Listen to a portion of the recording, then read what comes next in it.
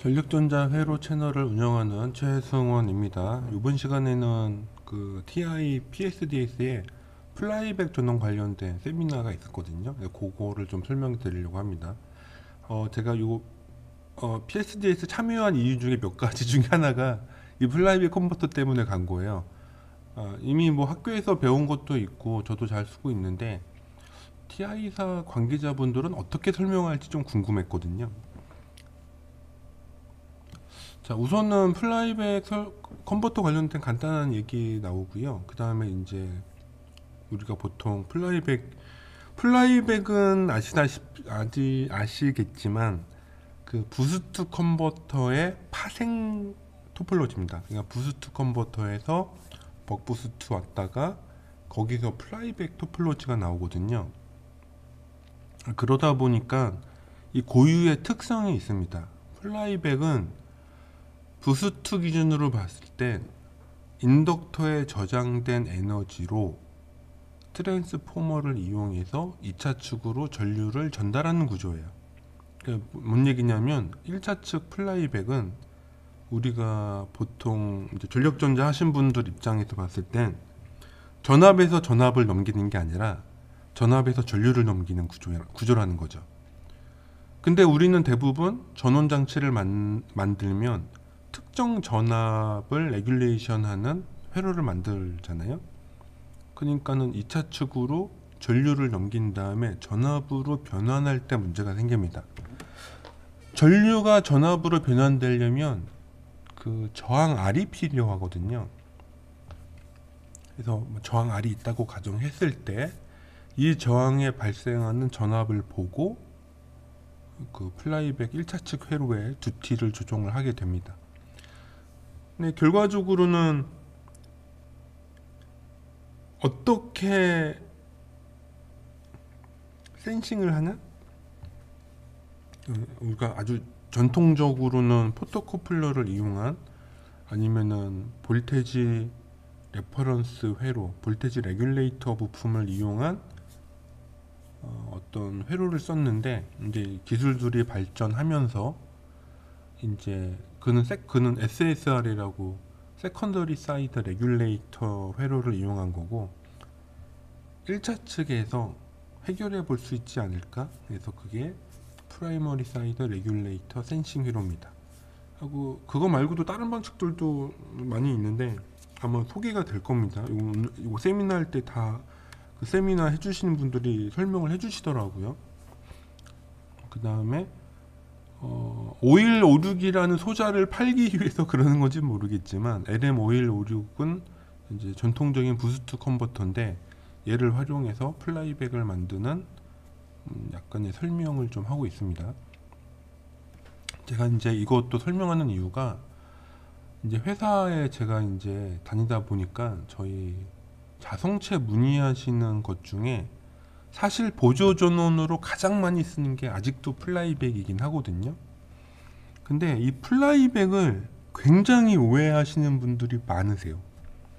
그 이제 아까 전에도 말씀드렸지만 플라이백은 기본적으로 플라이백 트랜스포머에 여기 요거 우리가 플라이백 트랜스포머의 LM이라고 하는 저 인덕터에 에너지를 저장합니다. 이렇게 에너지를 저장해 놨다가 꺼지는 타이밍에 2차 축으로 전류가 나가는 구조예요. 이 전류가 이렇게 나가서 여기에서 전압이 충전되는 구조거든요. 그러니까 우리는 전압을 측정하기가 쉽다 보니까 얘를 전압 원으로 많이 오해를 굉장히 많이 하세요. 제가 봤을 땐 100분 중에 99분 정도는. 근데 실제로 플라이백은 계속 말씀드리지만 플라이백 트랜스포머, 여기 그림에 플라이백 트랜스포머의 요 자화 인덕터에 저장된 에너지를 2차 축으로 넘기면서 우리가 원하는 어떤 전압을 만드는 토폴로지입니다. 이거를 너무 설명하고 싶었어요. 제가 플라이백 관련해서 옛날에도 몇 번 얘기했는데 생각보다 제 채널이 뭐 유명한 것도 아니고 또 저희가 이게 응대하는 고객분들, 고객회사 특히 고객분들 다수는 전작과이거나 프로그램 짜는 분들이 생각으로 프로그램 짜는 분들이 하드웨어 하는 경우가 있습니다. 그런 분들이 오시는데 이런 분들한테 설명하기가 쉽지가 않아요. 그래서 다채널 플라이백을 만들 때는 정말 조심해야 됩니다. 다채널 플라이백을 만들 땐 무슨 문제가 있냐면 1차 측에서 저장된 에너지가 이렇게 뭐 다채널로 있다고 쳐봐요. 그러면은 지금 제가 설명해둔 내용을 여러분들이 잘 이해하셨다면 요 전류 그러니까 여기서 조금 나가고 이게 쪼개져 나가요. 얘가 요렇게도 이렇게 분배가 됩니다. 분배. 그러면은 얘가 전자 회로적으로 전류 소스는 하나인데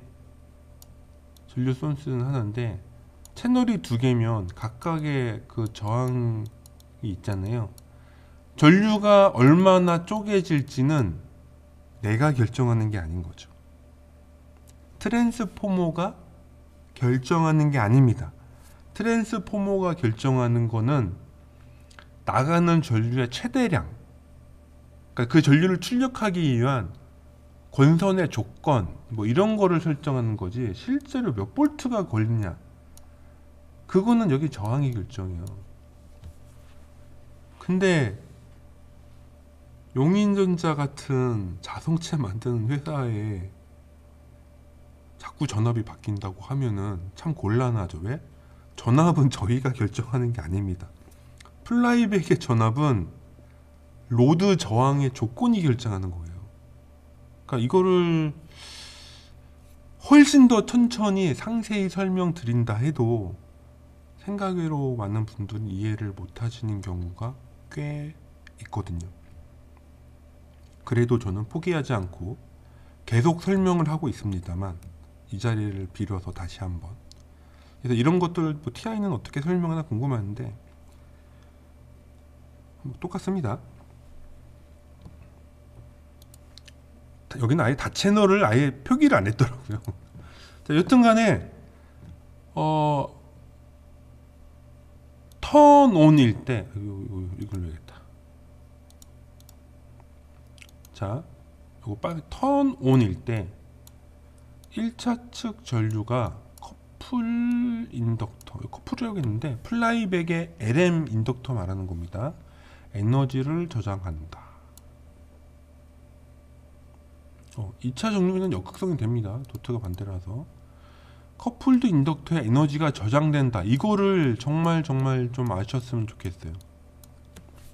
플라이백은 전압을 턴비로 넘기는 게 아니다. 이 토폴로지는 에너지를 넘깁니다. 전류를 넘겨요. 턴비를 넘기는 게 아닙니다. 그거를 좀 알아주셨으면 좋겠다. 그 다음에 턴오프가 되면 뭐 인덕터의 극성이 변경이 됩니다. 왜냐하면 인덕터가 전류 소스처럼 움직이면 극성이 바뀌거든요. 여튼간에 걔가 여기로 전류를 뽑아내요. 여기서. 그래서 이게 여기서 말이 좀 생각되어 있는데 이게 뭐냐면 커플드 인덕터에 저장된 에너지가 2차 측 권선을 통해 부하로 흐른다가 핵심입니다. 부하가 있어야 돼요. 부하가 없으면 플라이백은 원래 동작을 못하거나 정의할 수 없습니다. 혹시 이제 실험 삼아 제가 하는 말을 한번 몸소 체험을 해보신다면 이 출력에 저항을 연결하지 말고 구동해 보시면 됩니다. 그러면 아마 출력 전압이 마구마구 올라가는 걸 보실 거예요. 나는 전압이 안 올라가던데요. 왜냐면 그 안 올라가는 그 채널은 아마 볼테지 레귤레이션 회로, 그러니까 특정 전압을 피드백 받는 회로가 있어서 그럴 겁니다. 그게 없는 채널, 다채널에서 전압이 막 40V, 60V. 원래 이론적으로는 무한대로 올라갑니다. 전류 소스원으로 정직하기 때문에. 자, 일단 그렇고요. 아까 말씀드린 대로 출력 전압에서 피드백을 받는 방법이 하나가 있고요. 1차 측 회로에서 피드백을 받는 방법이 있습니다. 그래서 1차 측에서 받는 거는 이렇게 보조 건선 해가지고 하는 방법, 혹은 여기 이 트랜스 전압을 읽어와서, 이게 저항으로 읽어와서 그 전압에 따라서 피드백을 받는 방식도 있고요.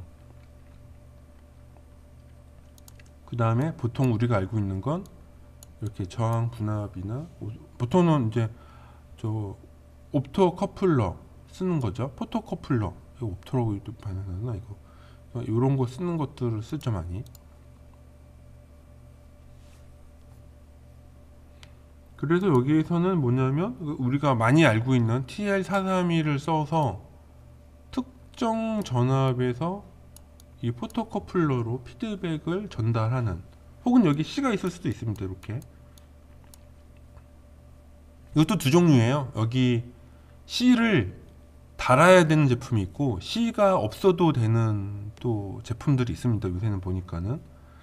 이 같은 거는 요게 SSR, 세컨더리 사이드 레귤레이터 회로를 이용해서 이렇게 하는데, 문제는 여기 지금 나와 있지만 이 포토커플러는요, 이 전류에 따라서 변환율이 달라져요. 온도에 따라서도 달라지고 약간 좀 영향을 받습니다. 이렇게 경련 변화, 온도 변화, 전류 변화 영향이 좀 있다, 뭐 정도는 알고 계시면 될 것 같고, 여기 세미나에서는 이 PSR을 설명하고 있습니다. 이게 포토커플러도 좋은데 포토커플러는 몇 가지 약점이 있잖아. 근데 이거를 우리가 보조건선 하나 달아서 얘 전압을 분압해서 읽어 드리면 이것도 제어가 된다. 근데 이거는 논리가 몇 가지가 있습니다. 뭐냐면 이 트랜스포머가요, 매우 강력한 커플링 상태 라는 조건입니다. 원래는 뭐 기본적으로 변압기가 항상 그렇지만 원래 커플링이 잘 되고 있다고 가정하고 있는 거죠. 물어보실 거예요. 그럼 커플링이 안 될 수도 있나요? 안 될 수도 있죠. 예를 들어 대표적으로 여기가 뭐 쇼테지가 난다든가 이러면 커플링 안 될 수도 있습니다. 여튼 그런 돌발 상황은 항상 존재하기 때문에, 여튼간에 이 세미나에서는 1차 측 전압으로 받아서 절연된 추적 전압을 추적한, 이게 중요합니다. 이게 트래킹 한다고 하는데, 그래서 약간 포토커플러로 다이렉트 절연해서 받는 거랑은 약간 좀 다릅니다. 그래도 피드백 안 맞는 것보다는 정밀하긴 하지만, 그래서 이런 부분들이 있고, 근데 이런 부분은 플라이백 설계를 굉장히 잘해야죠. 커플링 개수가 높도록. 그래서 컨트롤러가 이런 권선의 전압을 센싱해서 어떤 동작을 한다, 그걸 이해하는 게 좋습니다. 그래서 여기서는 이 파형을 좀 설명하면요, 이게 ON 했을 때 프라이머리, 이게 OFF 했을 때 세컨더리 전류고요. VAX는 이 1차 측 전압에 그 밀러가 보입니다. 밀러가 보여서 얘가 이렇게 보여요. 이게 지금 거의 이 턴비로 낮춰진 뭐 이렇게 보이는 겁니다. 여기 좀 보면 되고요. 다음에 그래서 이제 TI사에서는 포토커플러를 쓰고 싶지 않은 거예요. 야, 트랜스까지 들어가는데 거기다가 포토커플러까지 붙이면 회로도 커지고 전류량에 따른 피드백도 다르고 온도에 따라도 다른데 왜 그걸 쓰냐. 트랜스포머는 온도 변화도 적고 어차피 이게 무조건 써야 되는 부품이니 트랜스포머에서 1차 측 피드백을 받아서 쓰면 얼마나 좋냐.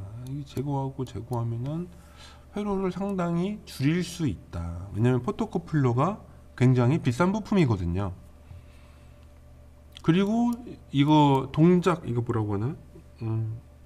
컨트롤 루프의 대역폭이 트랜스포머로 다이렉트로 받으니까 트랜스포머 대역폭은 스위칭보다 훨씬 넓습니다. 스위칭 소자보다 훨씬 넓기 때문에 스위칭 주파수의 컨트롤 대역폭을 제어 루프를 가지고 있다. 이거 되게 좋은 거죠. 장점. 근데 여기서도 나와 있지만 부하 조정이나 정확도나 이게 약간 낮다고 돼 있죠. 왜냐면 포토커플러는 추적 전압을 다이렉트로 보잖아요. 근데 얘는 간접으로 보는 거예요. 어떻게 자기 결합으로 된 간접을 봐요. 물론 자기 결합이 매우 잘 동작하고 있긴 하지만 여하튼 간에 대놓고 찍는 거랑은 다르지. 근데 연대 요런 게 특성이 아주 그렇게 형편이 없냐, 그냥 봐줄만 하다는 거예요. 크게 문제될 정도는 아니고. 아, 또 몇 가지 단점이 있죠. 이게 포토커플러는 전압을 관찰하기 때문에 뭐 괜찮아요. 근데 이게 PSR은 전류가 흘러야 돼요. 변압기는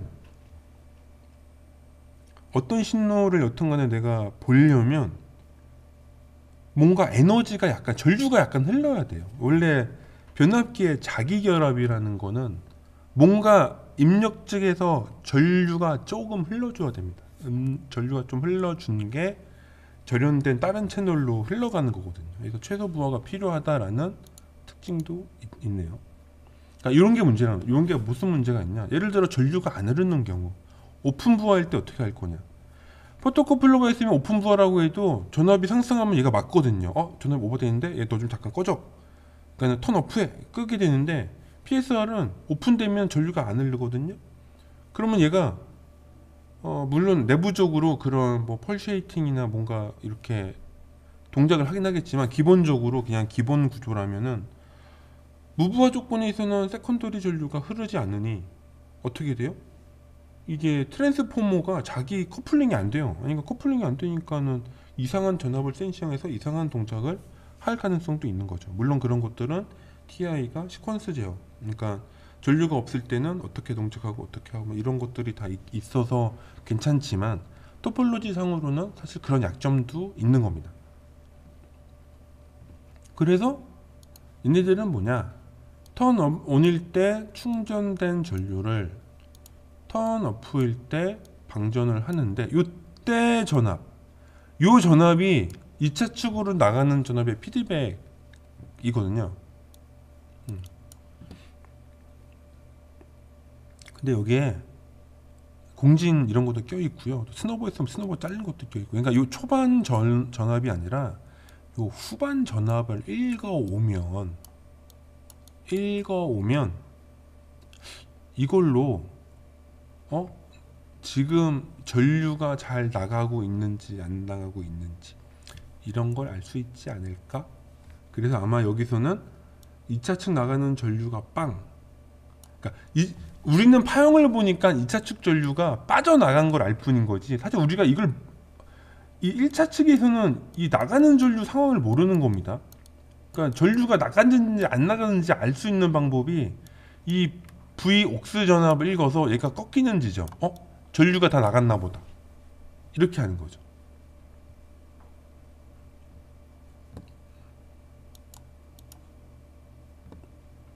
그래서 우리가 그것만 정확히 알 수 있다면, 이 전압이 꺾이는 지점을 똥똥똥똥똥 포인트를 한다면 그거에 맞춰서 이 PSR 플라이백 컨버터 소자가 두티를 늘리거나 줄이거나 하면서 제어를 한다는 겁니다. 여기도 나와 있지만 여튼 전압이 조금 낮아지면 주기를 늘려서 주기가 여기 요 턴온 시간을 늘려서 미쳤나보다. 죄송합니다. 이게 저 이상한 얘기를 했네요. 얘가 좀 잘 티가 안 나는데 전압이 떨어졌네 하면 요거 턴온 시간 늘려가지고, 근데 이게 차이가 안 보이는데 똑같이 그려놨어. 요걸 늘려가지고 추적 전압을 높이는 동작을 하고, 전압이 올라가면 이 또 턴온 시간을 줄여서 이걸 줄여가지고 전압을 낮추는 동작을 하고, 그래서 온이 인크리징 하고 여기는 디크리징 하겠죠. 주파수 감소. 주파수는 왜 감소하냐? 이제 턴온 시간을 늘리는 거죠. 그러니까는 스위칭 주파수와 턴온은 약간 좀 관계가 있는 거예요. 주파수 늘리면 두티가 길어지니까 턴온 되는 시간도 더 늘어나는 거죠. 또 이런 식으로 이제 뭐 동작을 한다 하는 내용이고요. 자, 그래서 이제 플라이백이 피드백 받는 조건이 크게 세 가지인데, 그 최근은 아니죠. 뭐 얼마 전에 나왔던 그 게이트 드라이버용 그 소자 파트 넘버가 기억이 안 나네요. 25800인가? 걔가 아마 이렇게 프라이머리 사이트 전압을 직접 읽어오는 종류의 PSR이고요. 오늘 얘기하고 있는 건 보조 권선에 저항을 달아서 얘를 다이렉트로 읽어오는 방식인 거고, 얘는 뭐냐면 그 전압을 보조 전원 바이어스로도 쓸 수 있는 거죠. 하고 얘는 뭐냐면은 이렇게 되면 장점도 있지만, 아까 주파수 대역이 스위칭 주파수에 맞춰진다고 했잖아요. 하니까 온갖 노이즈나 뭔가 민감하게 반응할 가능성이 있어요. 그래서 그걸 아예 전압을 필터링한 이 DC 전압을 기준으로 움직이겠다 라는 얘기입니다. 얘네들은 좀 둔감하겠죠. 회로라는 건 항상 반대급부가 있어요. 이렇게 전압을 다이렉트로 읽어오면 되게 민감할 거예요. 그러니까 떨어지면은 올리려고 하고, 올리려고 하면 낮추려고 하고. 근데 여기서 질문을 하는 거죠. 노이즈도 센싱을 할 건데 노이즈가 많으면 어떻게 되냐? 그 노이즈에도 반응을 하는 겁니다. 노이즈 때문에 얘가 오동작이나 과도화 혹은 과소로 동작할 수 있는 거예요. 그래서 이런 식으로 아예 이 바이어스 전압을 필터링한 거를 읽어와서 평균치 전압 기준으로 제어를 할 수도 있는 거죠. 필터링된 보조 전압. 여기는 적시해라는 말은 민감하다는 뜻입니다. 민감하다. 그다음에 직접 제어하는 방식. 뭐가 좋다라고 말은 못하겠는데, 한 가지 확실한 거는 포토커플러를 동원한 회로 대비는 굉장히 회로가 축약됐다, 축소됐다, 뭐 이런 장점이 있는 거고요. 여튼 아날로그 설계 기술이나 이런 것들도 발전하고 있으니까 이런 거 꽤 유용하게 쓸 겁니다. 근데 간단한 건 이거예요. 차량용에서는 아직 플라이백 많이 씁니다. 솔직하게 많이 쓰고요. 일부 좀 이제 요새는 LLC 같은 걸로 넘어가는 경우도 있고, 이제 공진, 그러니까 쿼지 레조넌트 플라이백 같은 거 쓰는 경우도 있는데, 근데 쿼지 레조넌트 플라이백은 용량이 너무 작은 경우는 그냥 그런 노이즈 그냥 무시하고 쓰거든요. 그러니까는 쿼지는 좀 내가 봤을 때 너무 욕심이고 그냥 플라이백만 해도 충분하다 이거죠. 단 이제 포토커플러를 넣을 거냐 말 거냐가 좀 중요한데, 여튼간에 얘가 온도에 약하다 보니까, 특히 그 광 커플러들은 온도에 약합니다. 특히 리니어 타입은. 근데 자동차는 뭐 100도, 130도, 150도 우습게 올라갈 수도 있고, 괜히 거기에 얻어 걸리면 플라이백 한 방에 날아가니까 온도 영향을 덜 타는 저항값, 이 저항은 온도 영향 덜 탑니다. 패시브 중에. 이런 거 피드백 받는 게 훨씬 더 안정적이죠. 근데 얘네들이 문제가 인다이렉트하다는 게, 간접 방식이라는 게 약간 문제, 약간 약점이라는 거죠. 그것도 이제 알고 있으면 되고요. 여튼간에 V옥스는 꽤 복합적이고 많은 정보를 전달합니다. 복합적이라는 거는 2차 측 전압, 그 건선 전압을 그거의 밀러 정보기 때문에 많죠. 사실은 프라이머리 전압이 아웃풋 전압이고, 아웃풋 전압이 사실은 이 옥스 전압이기 때문에 이 주변 트랜스 출력에 연결된 여러 가지 외부 환경에 대한 정보를 모두 포함하고 있다고 봐야 돼요. 이게 좋게 말하면 많은 정보고, 나쁘게 말하면 그 많은 정보를 내가 보고 움직여야 되니 오동작 할 수도 있는 거고. 여튼간에 우리가 이 많은 정보 중에 PSR로 의미 있는 건 전류가 0으로 떨어질 때 정확하게 읽어 와야 되는데, 이거를 PSR 레귤레이터에는 그냥 순시적으로 하는 게 아니라 약간 아까 그 파형, 여기 파형에서 샘플 앤 홀드 같은 거 써가지고 좀 전압이나 이거를 필터링 좀 해서 어떤 전압에서 전압이 낮아져, 딱 그럼 거기서 끊는 거지. 약간 그런 식으로 좀 쓰지 않았나 생각이 들어요.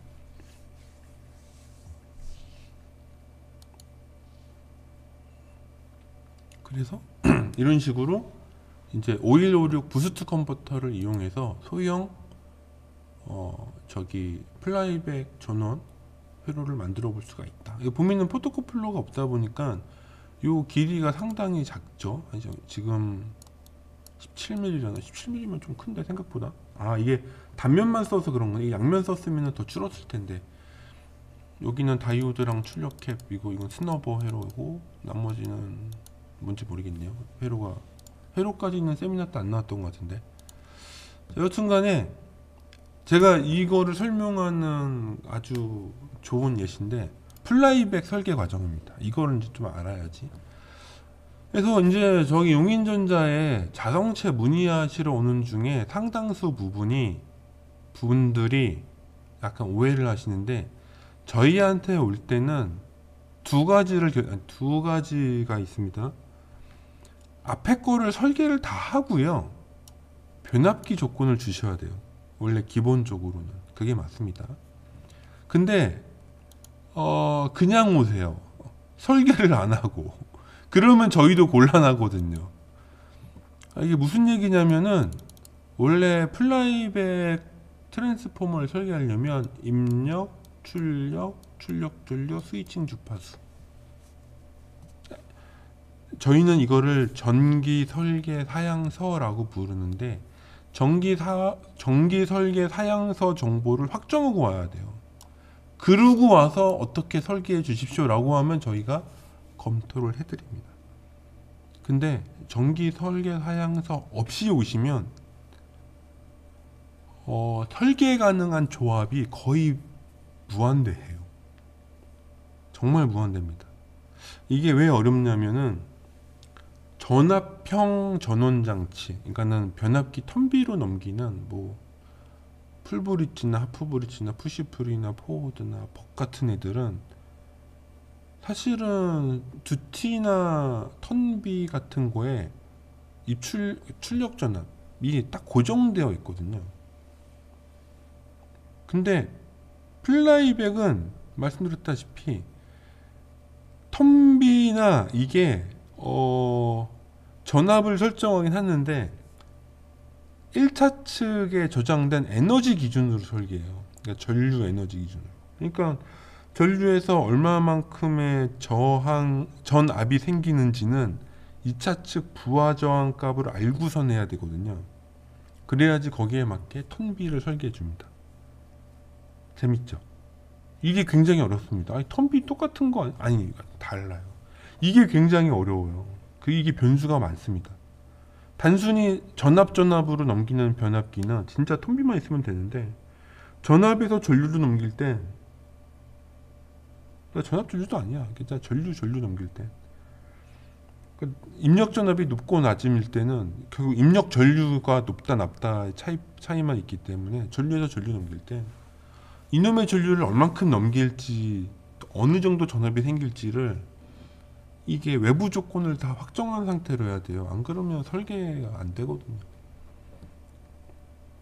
그러다 보니까 잘 모르시는 분들이 오셔서 저희가 막 물어보면 되게 힘들어 하세요. 잘 모른다고 막 도망가시고. 근데 그러면 안 돼요. 원래는 전원장치 변압기는 저희한테 주실 때는 이 모든 설계 변수를 알려주시거나 설계를 끝내고 와야 돼.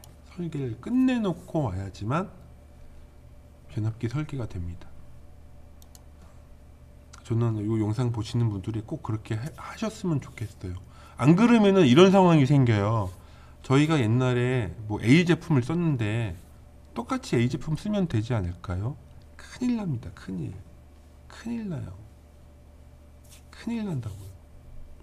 예를 들어 이 플라이백은 더 큰일 나요. 플라이백의 출력 전압이나 출력 전력, 에너지니까 와트 개념이잖아요. 전력이라는 거는요, 아니 거의 같은 건데 뭐 비슷한 것만 쓰면 되는 거 아닙니까? 완전 잘못된 접근이에요. 이 플라이백처럼 에너지를 넘기는 변환하는 토폴로지는 부하 출력 전력의 차이가 변압기의 제작 조건을 아예 바꿔버려요. 완전 달라요. 완전. 예를 들어 그냥 풀브릿지 컨버터는요, 입력 출력 전압 조건만 고정이라면 턴비가 고정이에요. 턴비가 고정입니다. 그러니까 4대1, 8대2, 뭐 12대 뭐 몇 이렇게 되면 턴비가 고정이야. 일반 전압 변환형 트랜스포머는. 근데 플라이백은 안 그래요. 플라이백은 턴비도 바뀔 수 있고 권선 직경도 바뀔 수 있어요. 이게 다 설계 선택사항이에요. 그래서 이런 거를 좀 고객분들이 아셔서 용인전자 와서 안 싸웠으면 좋겠어요. 저희 막 설명을 해드리는데 자꾸 본인들 생각만 하시면 저희가 웃는 게 아니거든요. 이게 플라이백이 참 어렵습니다. 그래서 보조건선으로 그렇게 많이 쓰는데도 참 신기하게 2024년 아직도 자성치 업체 와가지고 고집 부리시는 분들 계시는데 그러시면 안 됩니다. 그래서 정리를 하면 뭐냐, 또 적어 드려야겠다. 여기다가 나 글자 폰트 정할 수 있나? 폰트를 못 정하네? 폰트는 못 정하나 봐요. 자, 여튼간에 저는 우리 고객사 뭐야?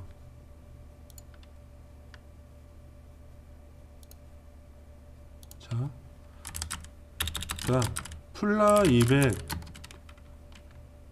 설계 요청 하면은, 자, 1번 전기 설계 사양서를 확정, 그 다음에 플라200 트랜스를 설계. 그러면 저희한테 이 설계 조건을 용인전자에 준다. 이러면 됩니다. 가장 완벽해. 자, 두 번째는 저거 안 되면은 전기 설계 사양서를 주세요. 그냥 저희한테 이거를 준다. 용인전자에 준다.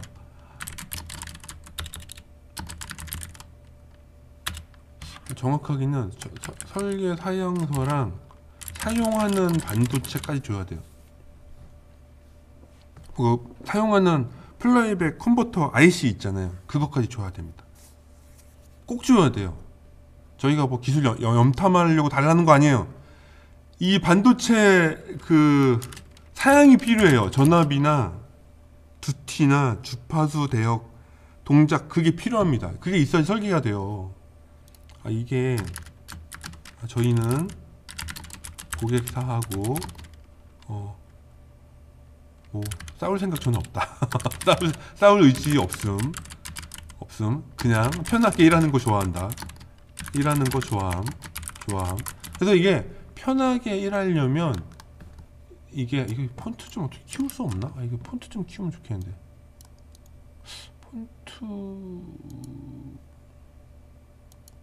폰트가 없나 봐요. 폰트가 있으면 좋겠는데.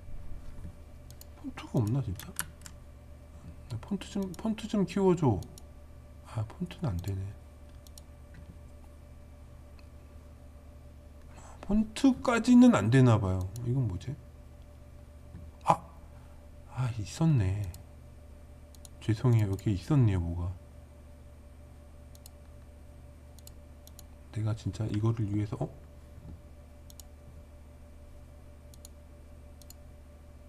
여기 좋네요. 좋죠? 이렇게 여기 밑에다가 자, 이것도 안 보이네. 오케이, 안 되겠다. 자, 이렇게. 진짜 이게 저의 마음이에요. 자, 여튼간 이제부터 이 내용 아셨으니까 전기 설계 사양서를 확정하신 다음에 플라이백 트랜스를 설계하세요. 그 설계된 트랜스 조건을 주시면 저희가 만들어 드리고요. 그게 어렵다.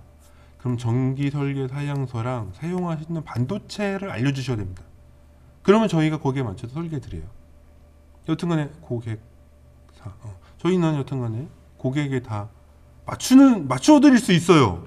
오해하지 마시고, 저희가 자꾸 캐묻고 그러면 오해하지 마세요. 이거 진짜 너무 힘들어서 그래요. 저희는 고객사 뭐 이거 없어요. 기술 유출 없습니다. 저희는 트랜스 잘하고 싶어요.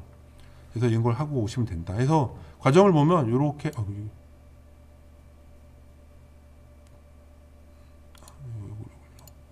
이렇게 입출력이 있으면은 여기서 변압기 설계를 하게 됩니다.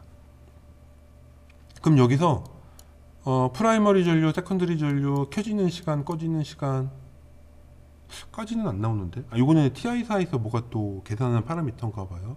그러면 여기 나오네. 실행 가능성 확인.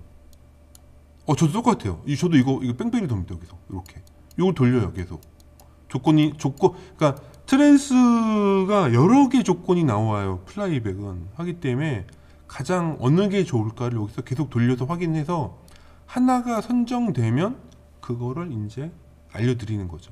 근데 여기서는 회로 설계 단계까지 있다 보니 이제 어떤 FET 쓸 거냐, 입력, 출력, 캡은 뭐 쓸 거냐. 이 플라이백은 전류 충전 방식, 전류를 변환하는 방식이다 보니까 전압이 전류를 충전하는 커패시터에 의해서 특성이 결정이 됩니다. 그래서 또 오해하시면 안 되는데, 플라이백에 전압 흔들린다고 무조건 큰 거 붙이면 안 돼요. 큰일 나요. 그러면은 전압 상승률이 낮아져 가지고 또 이게 스타팅할 때 문제가 생기거나 스탑할 때 문제가 생기거든요. 그 다음에 이제 뭐 과도응답 특성하고 이제 최소 부하 뭐 이런 거 바이오스 설계하고, 이거 자체 바이오스 경로는 뭐냐면, 플라이백이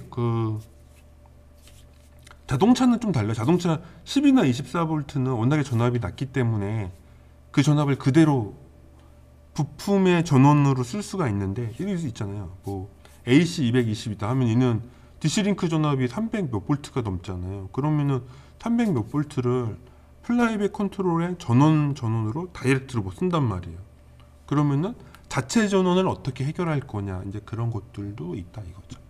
그 다음에 이제 요거 전류 감지 저항 보상. 근데 이거는 뭐냐면, 플라이백이 이제 세미나 들으신 분은 아시겠지만, 입력 에너지를 출력 에너지로 바꾸는 거거든요. 이게 에너지라는 말이 중요합니다. 플라이백은 출력이 쇼테지 나거나 OC 상태로 빠져도요, 내보낼 수 있는 에너지량이 이미 1차 측 변압기에 저장된 1차 측 에너지량 밖에 안 돼요. 그거보다 더 내보낼 수가 없어요. 그러다 보니까는 프라이머리 사이드에 그 트랜스 전류를 센싱하는 션트 저항이 거의 하나씩 들어가는 경우가 많은데, 이거를 어떻게 보상하느냐에 따라서 이제 전류와 관련된 프로텍션이라든가 이런 것들이 결정이 됩니다. 이 스노버는 뭐냐면, 사실 이게 약전에서 뭐 자주 쓰는 건 아닌데 또 EMI에 민감한 분들도 있고 하시기 때문에 뭐냐면, 여튼간에 2차 측은 플라이백은 다이오드를 쓰잖아요. 근데 다이오드에 내전압 조건 같은 게 좀 걸리면 고압 다이오드를 씁니다. 뭐 1000V에 1A 아니면은 그런 거 안 따진다면 40V에 뭐 1A 쓰겠죠. 근데 뭐냐면은 내전압이 높은 다이오드를 쓰면은 더 안전하잖아요. 근데 문제는 얘가 내전압이 높으면 이 다이오드의 정션 캐패시터라고 하는 그 특성이 있어요. 왜냐면은 PN 접합이다 보니까 여기가 일종의 절연막이거든요. 거기가 C가 잡혀요. 그러니까 이 C 성분이 트랜스포머 플라이백 2차 측 리키지랑 공진을 일으켜서 리플이 생깁니다. 근데 리플이 출력 전압에 보여요. 출력 전압에 리플이 보여요. 찔끔찔끔. 그러면 이게 거기가 뭐 예를 들어 센싱 회로를 쓴다든가 그러면 그 리플 전압 때문에 이 센싱 데이터가 이게 노이즈가 탄 것처럼 보이거든요. 그러니까는 저런 걸 줄이기 위해서 스너버를 달아서 그 노이즈를 스너버의 저항으로 태우는 겁니다. 그 리플 에너지를. 일단 그런 게 있다. 얘기 많이 했어. 이 정도면. 이 정도 충분하다. 그래서 여기 예시는 그 LM5156이라는 부스트 컴퓨터 써서 6에서 42V 출력은 15에서 9. 전통적인 SI. 요새는 SIC도 마이너스 9 견디는 것들 많나요? 이게 플러스 마이너스 전압이 이제 균등하게 뭐 플러스 마이너스 25 뭐 이런 것도 많이 있으니까. 출력 전류 180A 400kg. 와, 400kg. 이 정도면은 뭐 거의 보니까 4와트급 되네요. 그죠? 대략 4와트급. 4와트면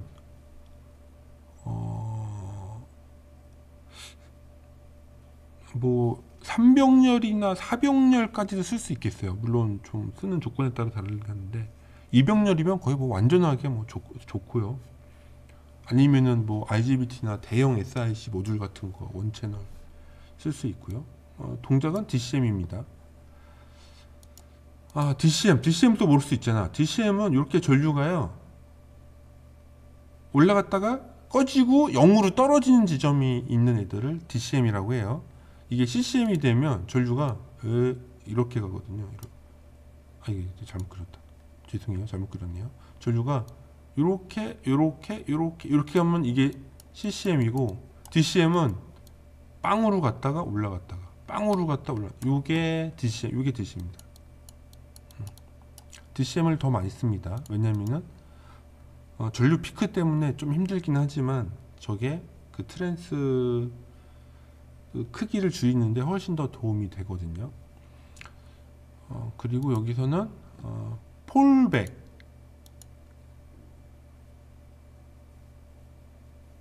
요거는 플라이백 토폴로지랑 관계없는 얘기예요. 요거는 요 LM5158 소재의 특징인데, 주파수 폴백이라고 하는 거는 특정 전력 이상 나갔을 때 주파수를 낮추는 거예요. 아까 400km면은 얘가 풀 전력일 때잖아요. 근데 100km를 낮춰서 약간 전력을 낮추는 거죠. 그 다음에 BCM 사용하면 안 되고, 그러니까는 얘는 진짜 죽어라 하고 DCM만 써야 되고, 두티도 50 넘으면 안 된다는 얘기입니다. 이 말에서 여러 가지가 있죠.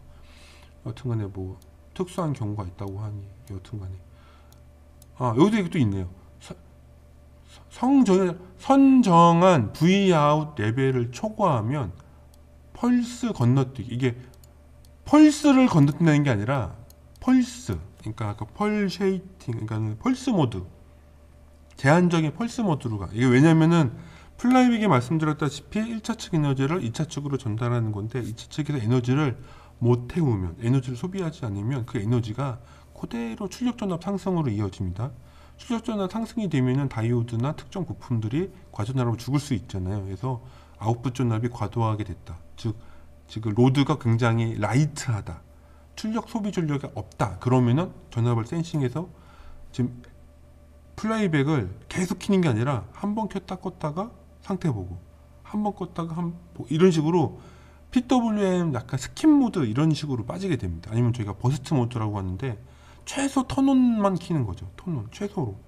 그렇게 해서 출력 전압 올라가는 걸 약간 좀 제한을 거는 동작을 합니다. 이거는 저기 플라이백 특성이기보다는 LM5158 소재의 특성일 수가 있을 것 같습니다. 이것도 마찬가지. 이거는 플라이백에서 결정하는 게 아니에요. 소자 특성입니다. 여튼간에 입력이 작고 출력이 최대일 때는 최대일 거고, 입력이 최대고 출력이 최소일 때는 최소. 이런 거는 뭐 플라이백의 기본적인 에너지량 때문에 그런. 왜냐면 보세요. 에너지를 넘긴다고 했잖아요. 그러니까 이게 에너지가 일정하게 되는 규칙입니다. 입력이 전압이 낮으면 당연히 입력 전류가 올라갑니다. 에너지량을 보존하기 위해서. 그러면 전류가 높아졌으니 당연히 세컨더리로 나가는 전류량도 높아지는 거죠. 입력 전압이 높아요. 그러면은 당연히 일정 에너지량에서는 입력 전류가 낮아야 되잖아요. 그럼 입력 전류 낮은 게 그대로 아웃풋으로 나갑니다. 그래서 얘가 민이 되는 거예요. 그래서 플레이백은 항상 에너지가 보존되는 개념이에요. 네, 여튼간에 그거 계속 반복적으로 말씀드리고, 여튼간에 여기서는 파워 스테이지 디자이너라는 걸로 변압기를 설계할 수 있다고 하네요. 좀 써보진 않았는데 관심 있는 분들은 TI 거 쓰실 때 참고하십시오. 최악의 시나리오에 대한,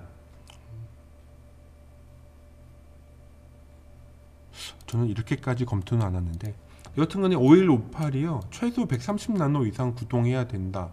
그렇게 했을 때 파워 디자이너 이 소프트웨어가요. 이제 우리가 아까 전기 설계 사양 조건을 알잖아요. 그러면은 이런 조건들을 생성하나 보네요. 그건 제가 좀 봐야겠습니다. 제가 이 툴을 써본 적이 없어가지고. 여튼간에 그게 내가 선정하는 LM5158에서 지원 가능한 사양이냐, 그걸 봐야 되겠죠. 두티 사이클은 최대 62.86까지 쓰니까 부품은 얘보다 더 넓게 써야 됩니다.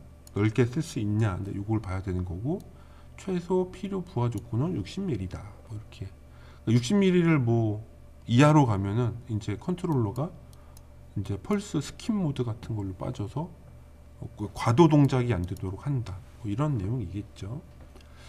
여튼간에 뭐 400km에서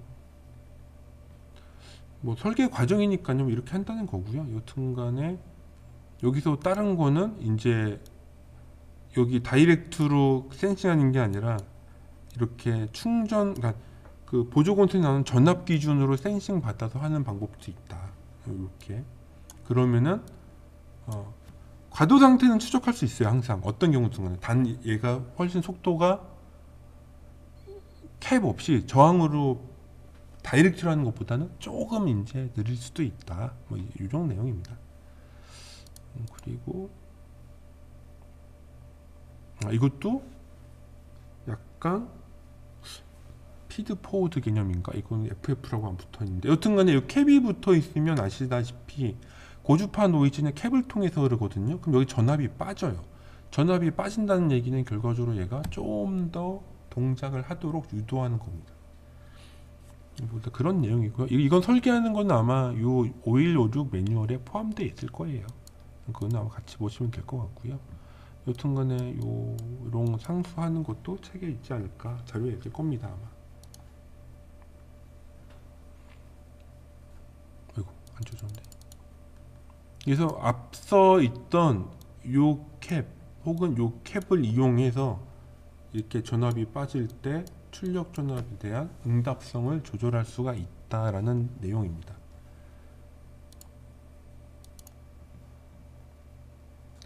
네, 여기까지 하고요. 넘기겠습니다.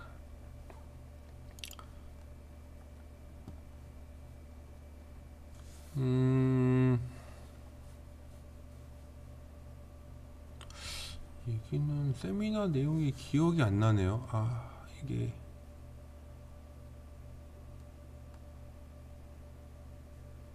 파형을 보고 튜닝하는 방법인 것 같은데 일주일 정도 지났더니 기억이 좀 안 납니다. 일단은 요게 실제 아웃풋이라면 VFB 신호를 두 개 찍어 가지고 지금 얘의 상태가 어떤지를 보면은 되겠네요. 이렇게 딱 맞춰서 해라.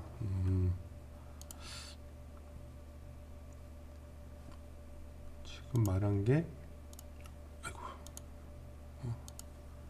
여기랑 여기를 비교하라는 거죠. 비교하면은 요 값들이 정확하게 튜닝이 된 거라고 설명을 하고 있습니다. 근데 기억이 안 납니다. 이게 이 피드백 관련된 거는 세미나 때 많이 얘기를 못 들었던 것 같아요.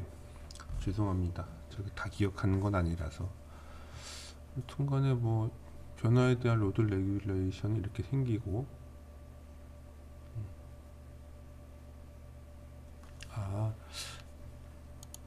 그래서 여튼간에 6에서 42에 약 4W 정도 되는 최대 0.18A 단일 채널 15-9 LM5156 부스트 컨버터로 설계한 파라미터들은 이렇게 나오고 있고, 이렇게 나오고, 트랜스 사양 나왔던가? 얘도 기억이 안 나네. 한 일주일 지나니까 진짜 기억이 가물가물합니다. 여튼간에 이렇게 나왔다. 그래서 보조건선에서 자체 전력을 전환함이라는 유지하기 위해서 큰 벌크캡이 필요합니다.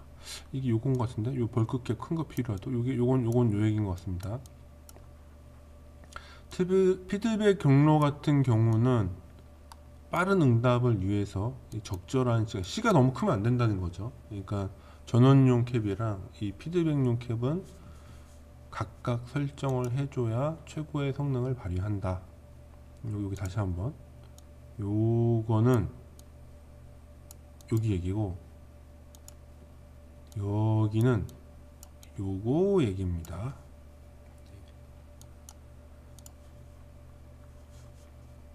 최소 부하 상태 해결. 여기도 있네요. 더미 부하로 저항 쓰거나 제너 다이오드. 저는 사실 저항을 좀 더 선호하긴 합니다. 왜냐면 제너 다이오드는 내전압 조건에 있다 보니 운이 없으면 가끔 제너 다이오드가 탈 때가 있거든요. 근데 저항은 좀 더 잘 버팁니다. 여튼간에 뭐 제너 다이오드를 썼는데, 그때 최소 T-ON으로 동작합니다. 그래서 펄스 스킵 모드로 동작하고, 뭐 이런 얘기는 LM5156의 저기 소자 특성이라서 그런 것 같고요. 여기 있네요. 제너 다이오드의 정확도는 좀 온도에 따라서 제너 다이오드가 이 레인지가 있는 데다가 기울기도 있다 보니까 조금씩 다른 거죠. 요렇게, 그러니까 요 정도 레인지가 있는 겁니다. 참고하시고요. 아직까지 근데 저전압 달라졌다고 오시는 분들은 못 봤기 때문에,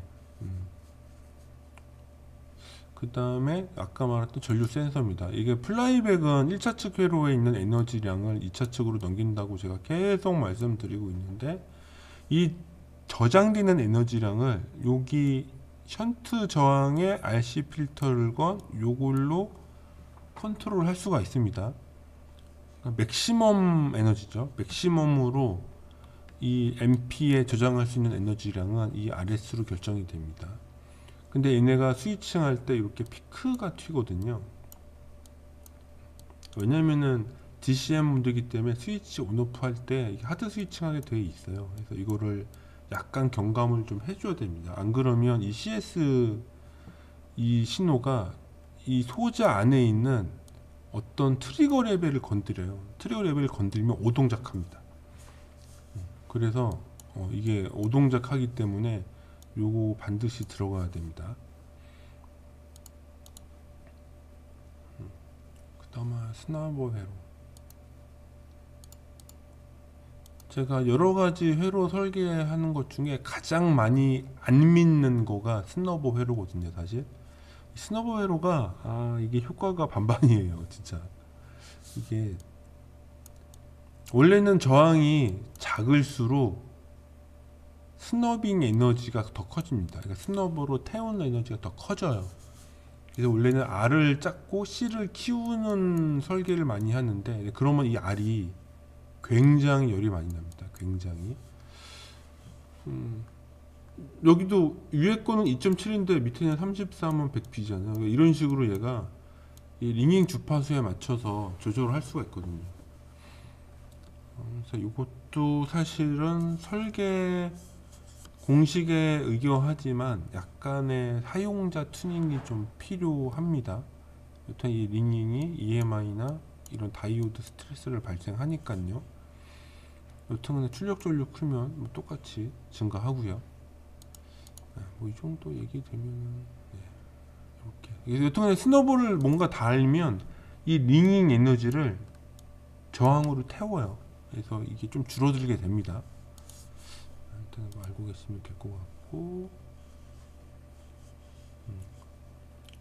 이 스노보가 긍정적인 영향을 주는 이유는 이게 아까 PSR 전압 센싱에 영향을 줘서 그런 겁니다. 이게 저 링잉이 줄어야 그 아까 옥스 트랜스포머의 옥스 채널로 나오는 그런 노이즈성 걔네들도 줄어요. 그러면은 출력 전압 그런 링잉도 결국에는 일종의 신호다 보니까는 내가 동작할 때 이렇게 오차를 일으킬 수가 있거든요. 특히나 전류가 크면 링잉이 더 커지기 때문에 또 조심해야겠죠. 이런 거 보면 이 다이오드도 좋은 거 골라야 돼요. 좋은 거 골라야지 링잉이 적지. 값싸고 CJ 값 큰 거, 이 정시형캡 큰 거 쓰면은 이제 막 링잉이 엄청 크게 보이는 거죠. 자, 여튼간에 저비용 컨버터로 플라이백 많이 씁니다. PSR 뭐 PS는 그냥 플라이백을 많이 써요. 하여튼간에 최대 2직 사이클 10분. 제가 아까 말씀드렸는데 플라이백용 트랜스포머 설계 주문할 때는 그래서 이 소자가 필요해요. 소자 정보가 그래야지 실제로 이 소자에 맞는 최대 두티를 선정해서 저희가 설계를 하거든요. VOX 추정해서 트래킹 할 수 있다는 거고, 스노버 하면 당연히 리닝 최소화 됩니다. 그 다음에 빠른 과도응답을 위해서 자체 바이어스 피드백 경로를 분리해서 분리해라고. 전류 감지에는 RC 필터 달아줘라. 그 다음에 더 높은 유상 마진을 고려하여 검출기를 염두에 두고 보정을 설계한다. 그건 아까 C값 얘기하는 것 같네요. 그 다음에 과도응답 확인해라. 과도응답은 쉽습니다. 하고 나면은 저거 출력 측 쇼테지 시켜보면 돼요. 그러면 됩니다. 여튼간에 뭐 플라이백 관련된 얘기를 쭉 해봤는데요. 이 뒷부분은 LM5158을 써서 설계된 거기 때문에 뭐랄까 뭐 좀 특수한 설계 조건이라고 쳐도 통상적으로 말씀드렸던 내용들, 그러니까 이게 설계 절차라든가, 제가 여기 아까 플라이백 설계할 때 얘가 플라이백은 전압을 넘기는 구조가 아니라 입력 권선에 저장된 전류 에너지를 절연된 2차 측 전류 에너지로 변환하는 거다.